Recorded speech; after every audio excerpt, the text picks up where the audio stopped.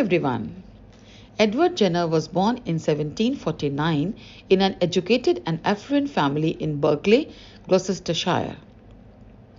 At the age of 14, he became an apprentice to a local surgeon and then trained in London. In 1772, he returned to Berkeley and served his hometown throughout. He was a British physician, surgeon, and scientist who pioneered the concept of vaccines, including making of smallpox vaccine the world's first ever. Smallpox is an acute, contagious, and sometimes fatal disease caused by an orthopox virus. It's marked by fever and a distinctive progressive skin rash. The terms vaccine and vaccination are derived from variole vaccine, meaning smallpox of the cow, the term used by Jenner for cowpox. He described the protective effect of cowpox against smallpox. The basis for vaccination began in 1796 when Jenner noticed that local milkmaids who had gotten cowpox were protected automatically from smallpox and also were quite aware and confident of the same. Jenner also knew that variolation and guessed that exposure to cowpox could be used to protect against smallpox. Here, variolation means immunizing patients against smallpox by infecting them with a substance from the pustules of the patients with a mild form of the disease. A known fact about smallpox was that it was more dangerous than variolation and cowpox lesser dangerous than the same. Jenner hypothesized, if an individual is infected with cowpox, then he or she becomes immune to smallpox. Then a test can be conducted. If variolation after infection with cowpox fails to produce a smallpox infection, immunity is said to be achieved. Consequence of Jenner's efforts was that immunity to smallpox can be induced much more safely than by variolation because sometimes variolation used to misfire. Donald Hopkins has written, Jenner's unique contribution was not that he inoculated a few persons with cowpox, but that he demonstrated that these subjects became immune to smallpox. Moreover, he also showed that the protective cowpox pus could also be effectively inoculated from person to person. It's not necessary to take it from cattle all the time. Jenner tested this hypothesis on 23 patients and found it to be 100% correct.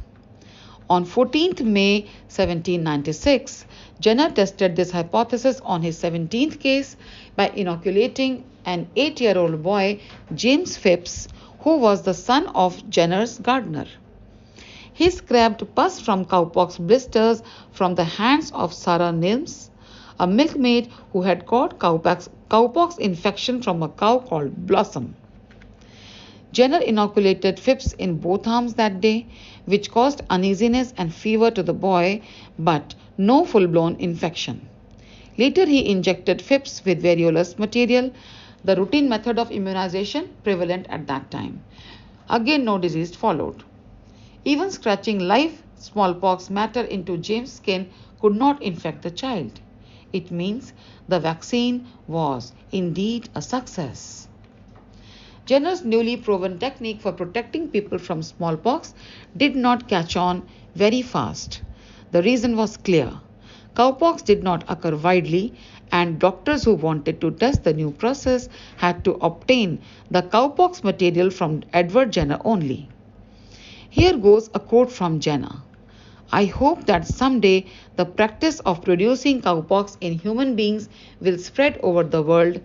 When that day comes, there will be no more smallpox. And he made it possible.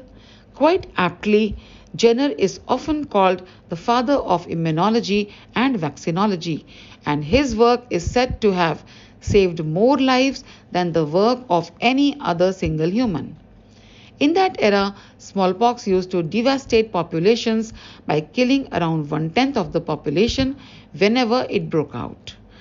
In 1821, he was appointed physician to King George IV and was also made mayor of Berkeley and justice of peace. A member of Royal Society in the field of zoology, he was among the first to describe the brood parasitism of the cuckoo. In 2002, Jenner was named in the BBC's list of 100 Great Britons. There are so many institutes, roads, and whatnot on his name today. Even a town is named after Jenner. Jenner suffered paralysis on 25 January 1823 and died of stroke the very next day, leaving behind the great legacy of vaccination. We all are extremely grateful to this unstoppable man for saving innumerable lives and guiding us ahead on this worthy path. Also, immense thanks to our sweet audience for watching and appreciating our videos. Feel free to share your inputs and suggestions. See you very soon with another interesting video. Bye till then.